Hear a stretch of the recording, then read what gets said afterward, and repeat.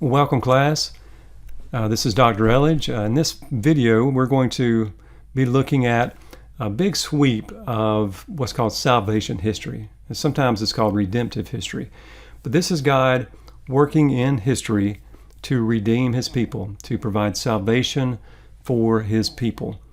And I think looking at this big sweep of redemptive history will help you to appreciate the unfolding nature of the Bible, the unfolding story in a sense, and also give you a helpful context for the New Testament, what came before it and what comes after it. So let's take a look at this together.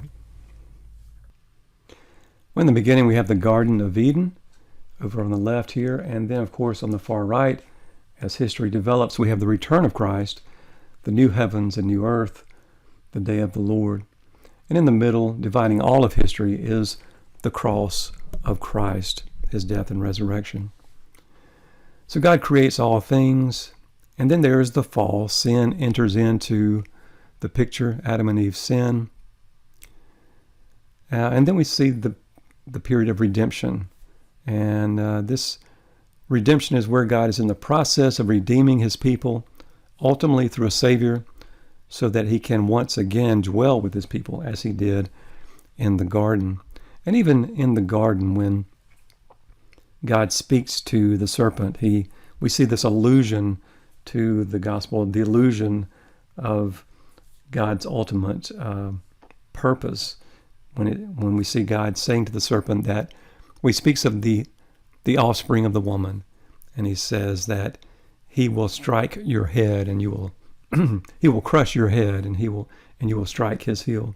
So even there we see this allusion to Jesus Christ, his ministry on the cross, where ultimately Satan is defeated and sin and death.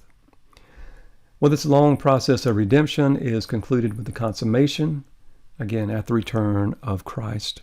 Well, let's take a look at the various historical points across this timeline. So we have the garden, Adam and Eve, and of course we have Noah. And both of these, we don't have dates on those. All we know is from the Bible is that it was a long time ago. And then we have Abraham, and we can date that at 2000 BC roughly. Abraham is the father of the Israelites. God makes a covenant with Abraham, promising him to be a blessing, promising land, promising offspring. And slowly we see the fulfillment of these promises, ultimately fulfilled in Jesus Christ in the new covenant era. Abraham has Isaac. Isaac has Jacob. And remember, Jacob's name is changed to Israel. And Israel has 12 sons. This leads to the 12 tribes of Israel and ultimately to the people of Israel. And remember, Jesus Christ comes from the tribe of Judah, one of the sons of Israel. Now, one of Jacob's sons, named Joseph, he's sold into slavery by his brothers, and he ends up in Egypt. And it ultimately becomes the most powerful person in Egypt other than Pharaoh. And so his family is brought to Egypt, and over time, the Israelites flourish in Egypt. And they become oppressed, they become enslaved. And God delivers them through Moses. And this, of course, is the Exodus in 1443 BC. At Mount Sinai, we see the establishment of the Mosaic covenant, the laws which will guide the Israelites and guide them in their relationship with God. The initial generation rebels, and of course, it's the second generation under Joshua. They do enter into the promised land. And we go into this period known as the Judges. And finally, Israel asks for a king. And so we come to the time of the United Kingdom. So around 1050 BC, beginning with Saul and then David and then his son Solomon. Under the United Kingdom, Israel is very prosperous, wealthy, and powerful. In this time, we see the Davidic covenant. And this is where God makes a covenant with David, affirming a dynasty, a royal dynasty in the lineage of David.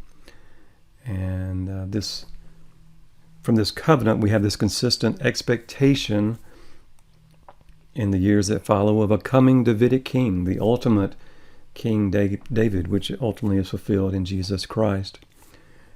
In 931 BC, we have the divided kingdom. So Solomon's son Rehoboam, because of a very foolish decision on his part, the kingdom divides, and 10 tribes in the north separate themselves and no longer follow Rehoboam, and that's the northern kingdom. And 2 tribes remain faithful to Rehoboam. That's the tribe of Judah and the small tribe of Benjamin, and that is the southern kingdom. So as you read your Bibles, you'll see reference to these 2 kingdoms. Both kingdoms were rebellious and idolatrous and disobedient. The southern kingdom had a few good kings, but the northern kingdom didn't have any good kings. But again, both would fall because of their idolatry. In 722 BC, the northern kingdom falls to Assyria. And in 586 BC, the southern kingdom falls to Babylon under King Nebuchadnezzar. The temple is destroyed. Jerusalem is destroyed. The people, for the most part, are taken into exile back to Babylon. And so in 586, you see Israel now they're in a foreign land, away from the temple, and no longer in the promised land. In 539 BC, a new power has come about, Persia, and the Persian king, King Cyrus, allows the Israelites to return to their home if they want to. Most don't, but a small remnant does return to the land in 539 BC, and over a period of time, they rebuild the temple. And the temple is finished in 515 BC, and this is known as the Second Temple. Sometimes when you're reading books of the Bible or on the Old Testament, you'll see reference to something called the Second Temple period. And it's referring to this Second Temple, and which was finished in 515. And this temple is destroyed in AD 70 by the Romans. And this is what they're referring to, this time of the Second Temple. The first temple would have been under King Solomon, and it was destroyed by King Nebuchadnezzar. And in 430 BC, we see the closing out of the Old Testament with the book of Malachi. And then next we see the cross of Christ, again, the event that divides all of history, AD 33. And then we see the writing of the New Testament. The first book was written approximately around AD 40. Dating can be challenging, but roughly the writing of the New Testament runs from AD 40 to around AD 90. So about a 50-year period to write the New Testament. And the Old Testament was written roughly from 1400 BC to 430 BC. So 39 books there. And then the New Testament was written roughly over a 50-year period, AD 40 to AD 90, the 27 books of the New Testament. Now notice from the closing of the Old Testament in 430 BC to the beginning of the writing of the New Testament, you have about 400 years. And this is often referred to as the 400 years of silence because we don't have writings, or we don't have reference to this period in the New Testament. But we do have writings from this period. It's called the intertestamental period, the period between the Testaments, the Old Testament and New Testament. And it's anything but silent. There's many things that happened during this time that help us to understand the setting of the New Testament. You know, when we close the Old Testament, we see Israel is now a small remnant in this vast Persian Empire. And then we open up the New Testament, we look at Matthew, and suddenly we have a Roman Empire that's in charge. They're occupying the land. And so we have Roman culture, but we also have Greek culture. Where did this come from? This Greek culture, with its Greek gods and Greek morality etc. And and this term Greco-Roman refers to this Roman and Greek culture.